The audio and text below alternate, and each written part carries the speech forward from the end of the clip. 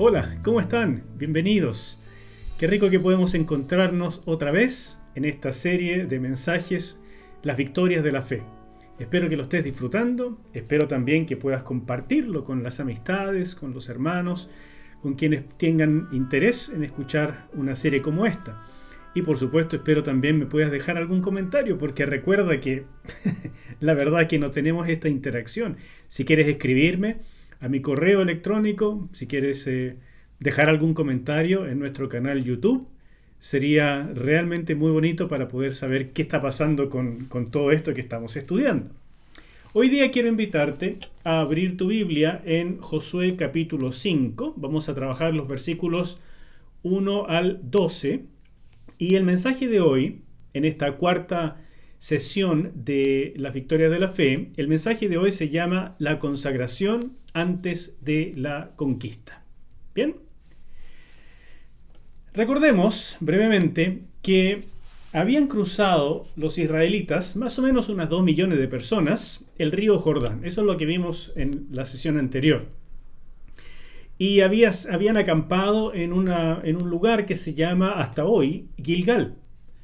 Y eso había producido grandes cosas. O sea, la gente de Canaán se enteró prácticamente de inmediato. Así que tiene que haber habido testigos de todo esto que pasó. Y por supuesto Israel, al otro lado del Jordán, estaba frente a una posibilidad extraordinaria. Porque Dios definitivamente y claramente estaba con ellos. Así que lo que tocaba era comenzar la conquista de Jericó, que era la primera ciudad después, grande, ¿no es cierto?, después de cruzar el río, y eso es lo que le esperaba por delante. Así que con eso en mente, vamos a leer los versículos 1 al 12 para hacernos esta idea, y después vamos estudiando un poco con más detenimiento. Los reyes amorreos del otro lado del Jordán se enteraron de que el Señor había secado las aguas del Jordán hasta que todo el pueblo de Israel lo cruzó. También lo supieron los reyes de cananeos que habitaban cerca del mar. Ante esta noticia perdieron el valor y el ánimo por causa de los hijos de Israel. Entonces el Señor le dijo a Josué: prepara cuchillos afilados. Vuelve a circuncidar a los hijos de Israel. Josué preparó los cuchillos y circuncidó a los hijos de Israel en la colina de Aralot. La razón de circuncidarlos fue que todos los varones del pueblo y los hombres de guerra que habían salido de Egipto habían muerto en el desierto o por el camino. Y todos aquellos hombres estaban circuncidados, pero no así los que nacieron en el desierto o por el camino. Los hijos de Israel anduvieron 40 años por el desierto, hasta que murieron todos los hombres de guerra que salieron de Egipto por no haber obedecido al Señor. ¿Notas ahí esa relación interesante?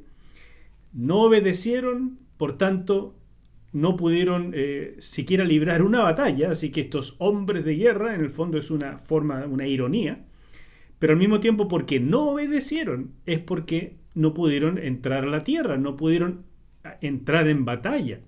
Y al mismo tiempo había un problema.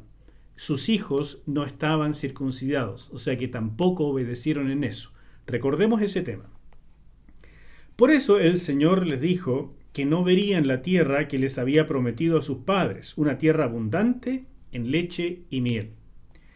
Así que Josué circuncidó a los hijos de aquellos hombres que ahora ocupaban su lugar, pues no habían sido circuncidados en el camino.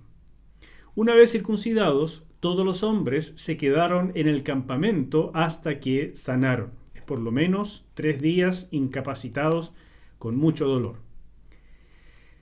El Señor le dijo entonces a Josué: hoy les he quitado la vergüenza de los egipcios. Y ese lugar se llama Gilgal hasta el día de hoy. Los israelitas acamparon en Gilgal y el día 14 del mes primero por la tarde celebraron la Pascua en los llanos de Jericó. Un día después de la Pascua comieron de lo que la tierra producía y de panes sin levadura y de trigo tostado. Y al día siguiente de que comieron de los productos de la tierra, el maná dejó de caer. Nunca más los hijos de Israel volvieron a tener maná, porque a partir de ese año comieron de lo que la tierra de Canaán producía. Esa es la palabra para hoy. Señor, te rogamos que tú nos guíes en la meditación de tu palabra. Rogamos que tu palabra sea clara ante nuestros ojos, que podamos entenderla, atesorarla y aplicarla. Ese es mi ruego cada vez que abro tu palabra, y te pido lo mismo para mis hermanos que están ahora viendo esta grabación. Gracias, mi Señor, por tu bondad, por tu fidelidad, en el nombre de Jesús. Amén. Amén. Muy bien. Desde el punto de vista humano, recién después de haber cruzado el Jericó, el ánimo de Israel tiene que haber estado por las nubes, y al mismo tiempo el ánimo de los cananeos, de los amorreos, de la gente que habitaba precisamente la tierra prometida, estaba por el suelo. Así que desde el punto de vista humano, este era el momento ideal para comenzar la conquista. Mientras ellos estaban por las nubes, los otros, dice el capítulo, que perdieron el ánimo completamente. Estoy seguro que si en ese minuto se hubiera hecho una votación diciendo qué hacemos, gana, pero por todos lados, el avanzar, comenzar la conquista. Pero pero el Señor pensaba diferente. Y eso es algo que tenemos que comenzar de inmediato a pensar en este capítulo. Dios piensa diferente. Él no tiene nuestros apuros. Él nuestro Dios pensaba que algo faltaba en Israel. Faltaba precisamente una consagración que para el Señor es indispensable. Es una necesidad para Dios de que nosotros sepamos en lo que nos estamos involucrando y que nos involucremos con todo el corazón, que nos involucremos con una convicción y con un compromiso absolutamente radical. Antes de avanzar en cualquier otro aspecto, tenemos que estar preparados. Cuando Dios dice avancen, nosotros tenemos que estar preparados espiritualmente, emocionalmente, en relación con el compromiso, con la fe. Eso es necesario para enfrentar estas batallas en las que podemos y debemos ganar grandes victorias de fe. Bueno, el punto es que Israel necesitaba una profunda renovación en su compromiso con el pacto, porque le faltaba algo vital, la señal del pacto abrahámico. Cuando Dios llamó a Abraham, le dijo que haría un pacto con él, y la señal de ese pacto, es decir, las alianzas tienen una forma de manifestarse visiblemente, y eso es a través de una señal. Y esta señal del pacto con Abraham era la circuncisión. Pues bien, Israel había celebrado ya un pacto con Dios en el monte Sinaí o monte Horeb. Ese pacto se llama pacto mosaico, porque fue celebrado a través de Moisés. Sin embargo, es un pacto con Israel. Y ese pacto tiene por señal el guardar el día de reposo, el Shabbat. Sin embargo, ese pacto mosaico se apoya en el pacto anterior, que es el pacto que Dios hizo con Abraham. Porque el pacto que Dios hizo con Abraham contiene las promesas dadas a la nación, que todavía no existía, pero se las da a Abraham en vista de lo que vendría. Y entonces esas promesas, que se pueden resumir en dos, aunque son varias, pero se pueden resumir en dos: una gran descendencia, por lo tanto llegar a ser una nación grande, y la tierra prometida. Ya Israel era una nación grande, pero todavía no había conquistado la tierra. Eso es lo que venía a continuación. Sin embargo, fíjense, la conquista de la tierra se debía a las promesas del pacto con Abraham, pero Israel no estaba circuncidado, que era la señal de estar comprometidos con el pacto con Abraham. ¿Se fijan la contradicción?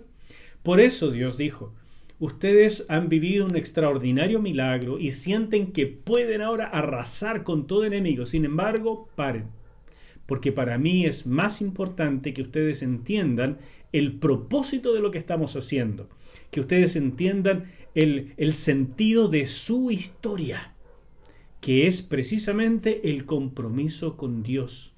Ese compromiso es lo que nos da la base, el fundamento para caminar seguros, teniendo victorias de fe y extendiendo el reino. Todo pacto, como dije, tiene una señal. Por ejemplo, a lo mejor recuerdan el pacto que Dios hizo con Noé. ¿Cuál es la señal? El arco iris. Y como es un pacto que Dios hizo con toda la humanidad a través de Noé, porque después del diluvio solo quedaba Noé y su familia, entonces cada vez que nosotros vemos un arco iris, todavía hoy podemos entender que ese pacto está vigente, con todas las cláusulas que tiene, que no las vamos a estudiar ahora, pero todo está vigente. Y el arco iris es el símbolo de que el arco de destrucción de Dios, el arco de guerra de Dios, está colgado y Dios no lo va a tomar de nuevo, no va a volver a destruir este planeta por medio del agua.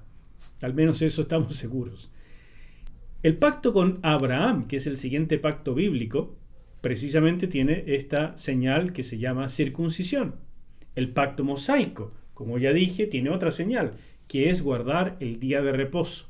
Y el pacto nuevo, en el cual está la iglesia, ¿cuál será la señal? El bautismo. Esa es la señal de entrar a este pacto. Eso es como una señal indeleble que cae sobre nosotros y que nos permite saber que somos parte de ese pacto. No que el bautismo te salve o te haga miembro del pacto, es la señal. Se toma después de haber entrado al pacto por medio de la fe. Así como primero Abraham creyó y después fue circuncidado. Y nadie entra al pacto solo por la circuncisión. Se entra por medio de la fe, pero debe tomar al mismo tiempo la señal. Pues bien, antes de comenzar la conquista, entonces, Dios quería que estuvieran claros, muy claros, de qué se trataba su historia y que estuvieran plenamente comprometidos con eso. Y por eso, antes de comenzar, los llevó por 3 experiencias muy importantes para que quedaran grabadas en su mente y su corazón antes de empezar con la lucha física. Lo primero fue en los primeros versículos de acá, el capítulo 5, versículos 1 al 9, y tiene que ver con la circuncisión. Esto habla del pacto con Abraham. Después, en el versículo 10, nos habla de que les mandó celebrar la Pascua. Y la Pascua es lo que hizo Israel justo antes de salir de Egipto. El Éxodo marca la salida de la nación de Israel para ir a recibir la ley y establecer un nuevo pacto con Dios, el pacto mosaico. Y finalmente, número 3, en los versículos 11 y 12 se nos dice que ya no vivirían más del maná que caía milagrosamente, sino que ellos tendrían que comenzar a cosechar la tierra y por lo tanto vivir las promesas del pacto abrahámico, una nación grande y la tierra, y vivir las promesas del pacto mosaico que les daba precisamente acceso a la tierra y vivirlo dentro de esa tierra prometida de Canaán. ¿Me explico? Todo eso está en el trasfondo de estos versículos. Hoy nos vamos a concentrar principalmente en la circuncisión, pero todo lo demás está también en el trasfondo. Los primeros 3 versículos, cuando dice que los amorreos y los cananeos estaban con el ánimo por el suelo, uno va leyendo y lo que siente es, ¡guau! Comencemos y vamos a la guerra. Y Dios le dice, pare. Josué, prepárate cuchillos afilados. Sí, claro, para la guerra. Para circuncidar a todos estos hombres que en el camino no fueron circuncidados por sus padres. Y claro, le dijo cuchillos afilados porque te tienes que imaginar la escena en aquel entonces. No había anestesia. Yo de imaginarlo ya sufro. Y por supuesto, además de que no había anestesia, tú te puedes imaginar lo que es un cuchillo sin filo haciendo esto, ¿verdad? Que es cortar ese trocito de piel que se llama prepucio y cortarlos acerruchando no sería una buena idea. Entonces, los cuchillos tenían que estar realmente muy bien afilados.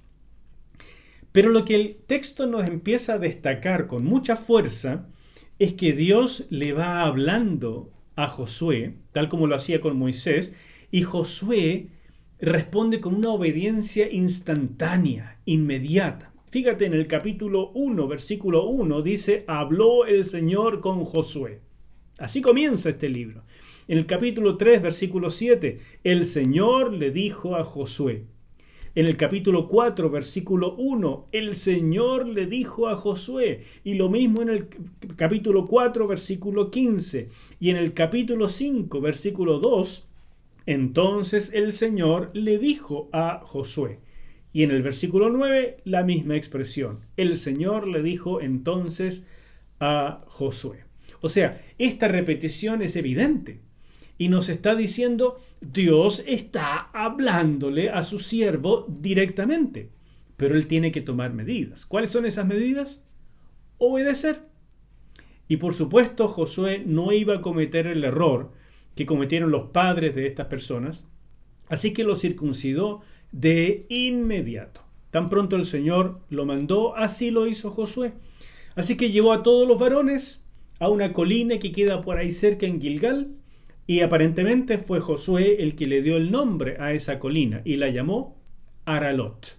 Aralot es una mezcla de dos palabras, de la palabra Har, que significa monte, y Orlá, que significa prepucio. Por eso una traducción posible de esta colina sería el monte de los prepucios. Y bueno, es una buena manera de conmemorar lo que allí ocurrió. Pero literalmente lo que Josué hizo fue incapacitar a todo su ejército. Porque la recuperación de una circuncisión es lenta. El dolor es importante cuando se realiza, sin anestesia me refiero. Pero el dolor, la molestia, la hinchazón y los cuidados para que no se infecte, después de eso dura 3, 4, 5 días. No es fácil. Entonces, lo lógico habría sido circuncidarlos antes de cruzar el Jordán, porque ahora cerca de Jericó ellos estaban expuestos. Si de hecho los cananeos los hubieran atacado en ese momento, Israel habría estado en problemas. Pero, y es más, ni siquiera Dios le dijo circunciden a la mitad y que la otra mitad vigile y después se cambian. No, circuncídalos a todos ahora mismo. Y eso fue algo extraordinario, encuentro yo. Fue algo vital. Porque evidentemente Dios los iba a cuidar, el Señor los iba a proteger, pero ya era un asunto de fe, de creer que así iba a ocurrir. Humanamente hablando, como hemos dicho ya, no era el mejor momento para circuncidarlos, pero ya tenían que aprender, no solo Josué, sino todo el pueblo, que obedecer a Dios y hacer las cosas a su manera daba muy, muy buenos resultados. Así que lo hicieron. Y por eso, antes de comenzar, antes de seguir, quiero decir, me gustaría que anotaras esta definición. Fe no es creer que Dios va a hacer lo que yo quiero, sino que es hacer lo que Él me pide. Fe, escúchame esto, no es desear algo profundamente y pedírselo a Dios y después de eso creer Dios me lo va a dar. No. Fe es lograr encontrar la voluntad de Dios, sumergirse en ella, seguirlo y creer entonces que Él puede y por lo tanto yo haré lo que Él me pida. Esta definición es importantísima porque si hablamos de victorias de la fe, tienes que saber lo que es la fe. En segundo lugar, ¿por qué no estaban estas personas circuncidadas? Ya nos dijo el texto que sus padres no lo hicieron. ¿Pero por qué no lo hicieron? Si representaba un compromiso tan importante, precisamente con el pacto abrahámico, que en el fondo les dio existencia como nación. Entonces, ¿por qué no lo circuncidaron? Si de hecho, dice el texto, Ellos, o sea, los que murieron, sus padres, sí estaban circuncidados. Y eso creo que es algo bien importante, porque fíjate que estas personas, cuando Dios les permitió en la primera oportunidad entrar a conquistar a Canaán, no quisieron, no le creyeron a Dios y por lo tanto se rebelaron y se quejaron y Dios los condenó a vagar los siguientes 38 años en el desierto, donde murieron de hecho estos que son llamados los hombres de guerra de Israel, pero que no libraron ni una batalla. Porque al rebelarse contra el Señor, recibieron esta condena. Ellos morirían en el desierto sin llegar a saborear las promesas de Dios.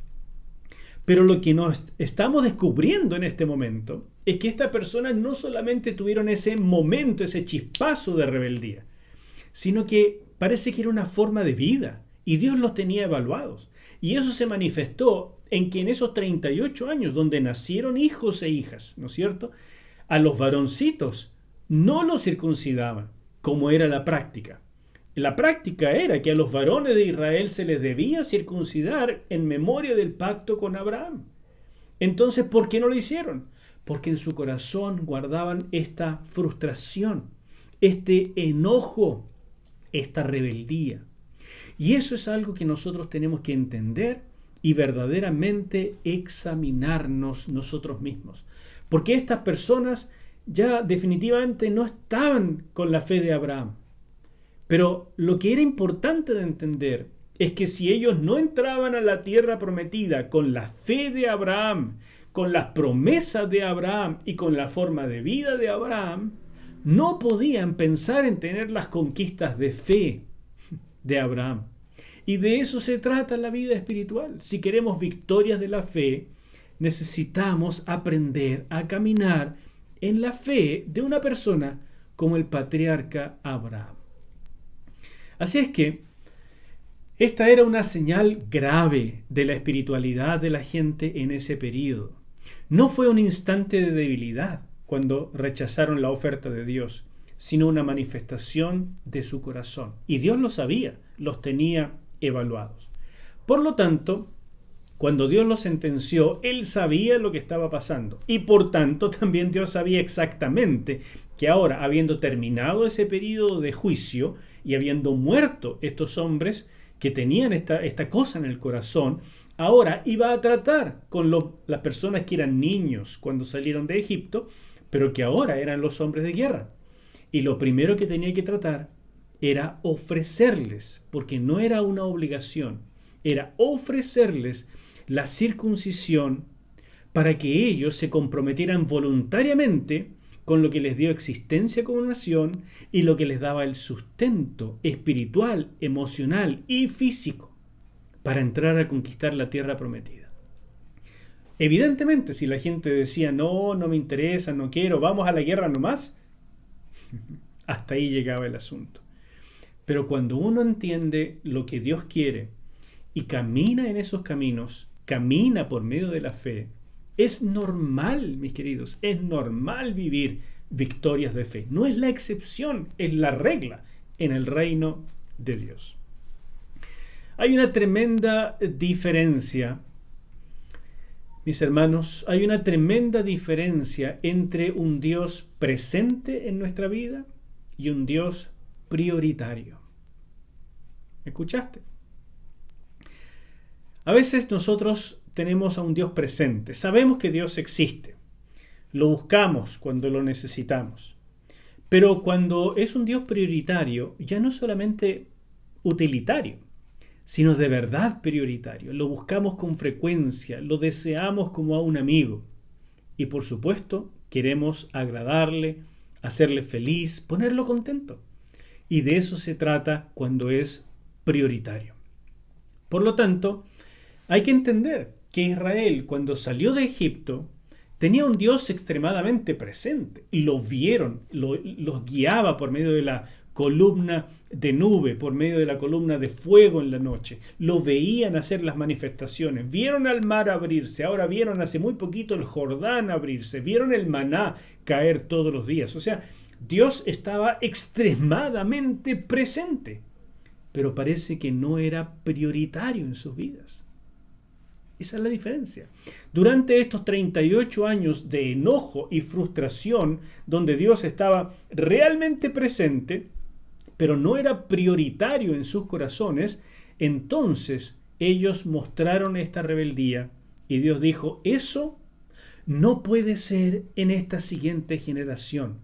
Les daré una nueva oportunidad porque la conquista que les espera es de fe. No es de ser muy campeones y macanudos, es de fe. Si Dios va delante de nosotros, no solamente va a abrirse el Jordán, sino que van a caer los muros de Jericó y cuantas otras conquistas, pero siempre que Dios sea prioritario, no solamente presente. Muchas familias en la iglesia tienen a un Dios muy presente, pero no estoy seguro que sea muy prioritario. Lo ven en la provisión diaria, lo ven en la sanidad que tienen en sus vidas, lo ven, por supuesto, en sus hijos que van creciendo sanos, en que tienen todos los días para comer, etcétera, etcétera. Escuchan de este Dios presente cada vez que van a la iglesia y por supuesto, esto es muy importante. Pero cuando vienen las presiones, cuando vienen las cosas difíciles, entonces se nota lo que hay de verdad. Porque están siempre tan ocupados, muchas personas tan ocupadas con tantas distracciones, que Dios ocupa segundo, tercero, cuarto lugar. O sea, no es prioritario. Y por tanto, cuando vienen las presiones, los momentos difíciles, ¿cuándo se ve? La rebeldía, la independencia, el miedo y, por supuesto, la carnalidad. No se ven estas cosas cuando todo está tranquilo, parejito, pero tan pronto se levanta la ola de la tormenta, entonces vemos lo que hay de verdad en el corazón. Por eso Dios paró todo y dijo, antes de comenzar cualquier cosa, les doy esta oportunidad. Conságrense de verdad, de corazón, al pacto y a los principios del pacto. Ojo que la circuncisión por sí sola no era todo lo que se necesitaba. La consagración siempre es de corazón, por medio de la fe, es algo espiritual, es interno. Pero tomar la señal externa, hablaba, por lo menos señalaba, decía lo que está aquí adentro. Si alguien la tomaba, la señal, ¿no es cierto?, sin creer lo que esto significaba, bueno, se pasó de bruto. Pero la idea es juntar estas dos cosas. Lo hicieron, por tanto. Y en los versículos 8 al 9 vemos la aprobación de Dios. El Señor les dijo en el versículo 9, hoy he quitado de vosotros el oprobio o la vergüenza de Egipto. ¿Por qué? Porque en Egipto no podían circuncidarse. La circuncisión estaba reservada para el sacerdocio, para gente muy especial en Egipto. No era una costumbre, no eran pueblos semíticos, entonces no lo usaban esto. Pero estaba reservado para personas muy especiales y por tanto no era permitido para el resto de la gente, menos aún para los esclavos. Así que les digo, en muchos años, tal vez siglos, mientras vivieron en Egipto, los israelitas no podían circuncidarse por ley. Además, como vimos recientemente, estos padres que salieron de Egipto no circuncidaron a sus hijos por rebeldía en su corazón. Por tanto, ahora que lo hicieron, obedeciendo al Señor, estaban en una mucho mejor posición. Josué llamó al nombre Aralot, el monte de los prepucios, y todo el pueblo acampó en este lugar que se llamó Gilgal. Gilgal viene de una palabra hebrea que se dice galal y significa rodar. ¿Rodar qué cosa? Bueno, los prepucios son precisamente un pequeño pedazo de piel redondito. Entonces, haciendo la imaginación, esto como que rueda. Y uno nunca sabe si los lugares fueron nombrados después del evento o Dios hizo que el nombre del lugar calzara con el evento. Eso es difícil, imposible de saber. Pero la cosa es que cuadra. El monte se llamaba Monte de los Prepucios y el lugar Galal, lo que rueda, ¿no es cierto? Los prepucios que rodaron. Pero escuchen esto.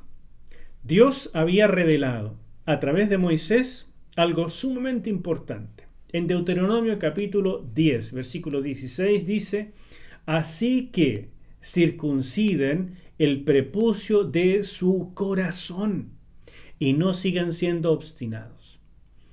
De modo que esto que lo tenían que tener en mente, si no todos, por lo menos Josué, nos habla de que Dios tenía algo mucho más profundo en perspectiva que solamente la circuncisión física. Para él lo importante era la circuncisión del corazón. ¿Qué significa eso? Un corazón circuncidado es un corazón con un compromiso radical, con una fe, con una relación, con un obrar del Espíritu de Dios que se ve en la práctica, se manifiesta en las obras de las personas. ¿De qué manera? Escucha lo que dice Colosenses capítulo 2, versículo 11, trayendo este tema al ambiente ahora de la iglesia. Esto es lo que dice el apóstol Pablo. En él, o sea, en Jesús, ustedes fueron también circuncidados. Pero no me refiero a la circuncisión física, sino a la circuncisión que nos hace Cristo y que consiste en despojarnos de la naturaleza pecaminosa. Pablo, trayendo al tiempo de la iglesia naciente, ¿no es cierto?, estas revelaciones del pasado, dice: ustedes no necesitan la circuncisión física porque esa era señal de los pactos antiguos dados a Israel. La iglesia está en otro pacto y este pacto tiene otra señal, como ya les comenté. Pero ustedes me hablan de la circuncisión porque piensan en que tal vez tienen que ser judíos antes de ser cristianos. Yo les digo no. No necesitan la circuncisión física, pero sí necesitan la circuncisión del corazón. Pero es más, les digo que ustedes fueron circuncidados en el corazón, porque en Él, en Cristo Jesús, no automáticamente por ser cristianos, sino en Él fuimos circuncidados en lo más profundo de nuestra esencia, en lo que la Biblia llama el corazón, el ser interior, la vida interna del ser humano. Eso allí fuimos circuncidados por Cristo, en Cristo, como obra del Espíritu Santo cuando entró a morar en nosotros, quitando la influencia fatal, la influencia que no se puede resistir, digamos, de la naturaleza pecaminosa. Porque esa naturaleza permanece en nosotros hasta que seamos revestidos completamente de Cristo. Pero hasta ese momento, la circuncisión del corazón significa que nos da el poder, la capacidad para luchar contra eso y vivir a la manera de Cristo.